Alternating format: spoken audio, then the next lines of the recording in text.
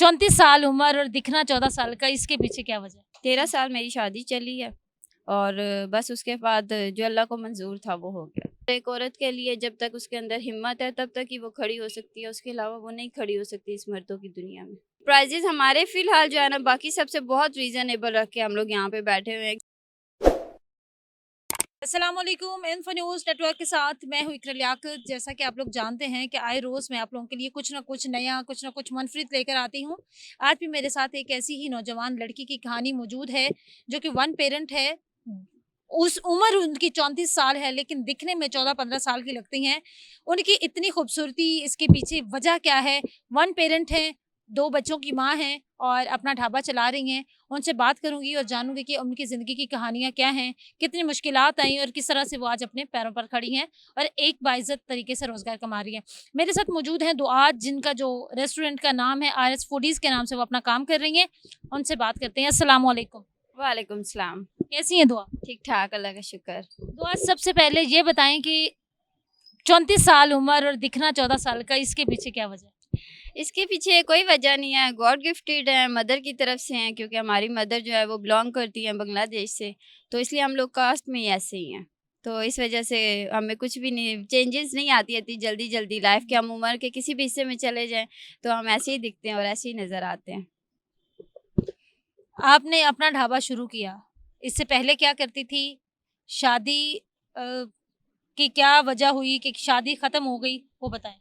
इससे पहले मैं हाउस वाइफ थी। घरेलू नाचाकियाँ आप लोगों को पता है ऊँच नीच चलती रहती है लाइफ में, तो नहीं बन सकी, नहीं निभ सकी। मेरा एक बेटा 12 साल का है, मेरी एक बेटी 5 साल की है। छोटी बेटी के बाद मुझे जब लगा, महसूस हुआ कि बहुत ज़्यादा लाइफ में प्रॉब्लम्स हो रही हैं, तो मैंने सेपरेशन ले ली। उसके बाद मैं अपनी सिस्टर के पास आ गई।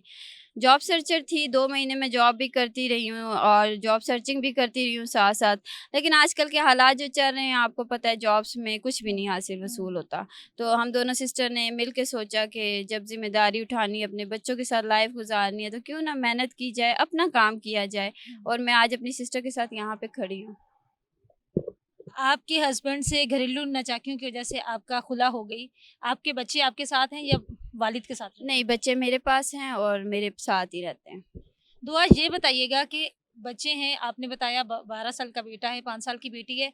उनके जो एक्सपेंसेस हैं वो आप खुद अफ़ोर्ड करती हैं या कोर्ट से आपने रुजू किया है कि उसके वालिद नहीं, को? मैंने कोर्ट से रुजू नहीं किया, क्योंकि मैं जस्ट खुला चाहती थी जो मैंने ली है। मैं अपने बच्चों के एक्सपेंसेस, मैं अपने बच्चों के खर्चे, अपनी ज़िम्मेदारियाँ पूरी मैं खुद करती हूँ।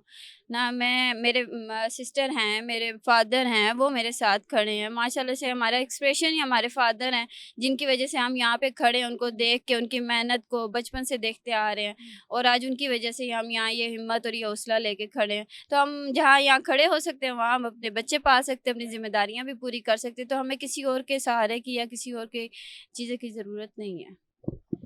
दुआ, ये बताइएगा कितने साल की उम्र में आपकी शादी हुई थी और शादी कितने अरसा चली? मेरी 21 ऐज में शादी हुई थी, 13 साल मेरी शादी चली है और बस उसके बाद जो अल्लाह को मंज़ूर था वो हो गया। चलें, अल्लाह ताला आपके लिए आसानियाँ करे।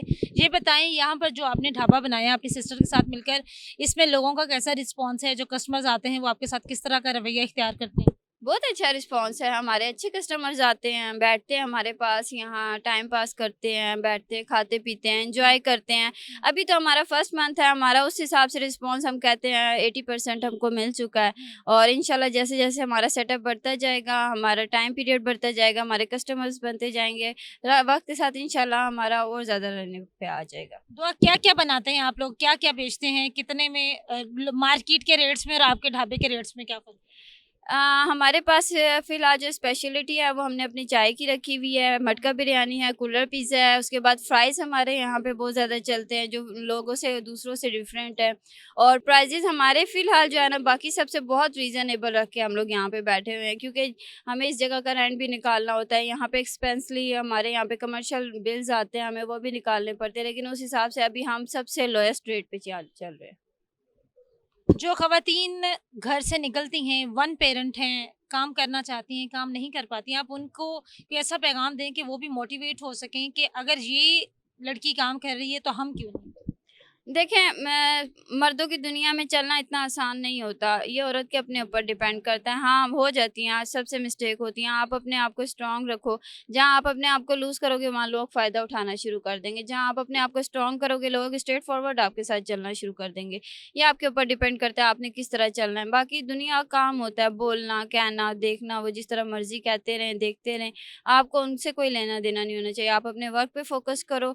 आप अपना जिस तरह रहना चाहते हो, चलना चाहते हो, आप उस तरह चलो। बाकी जो कोई कहता है, कहते रहो। अपने अंदर इंसान की हिम्मत होनी चाहिए और एक औरत के लिए जब तक उसके अंदर हिम्मत है, तब तक ही वो खड़ी हो सकती है। उसके अलावा वो नहीं खड़ी हो सकती इस मर्दों की दुनिया में।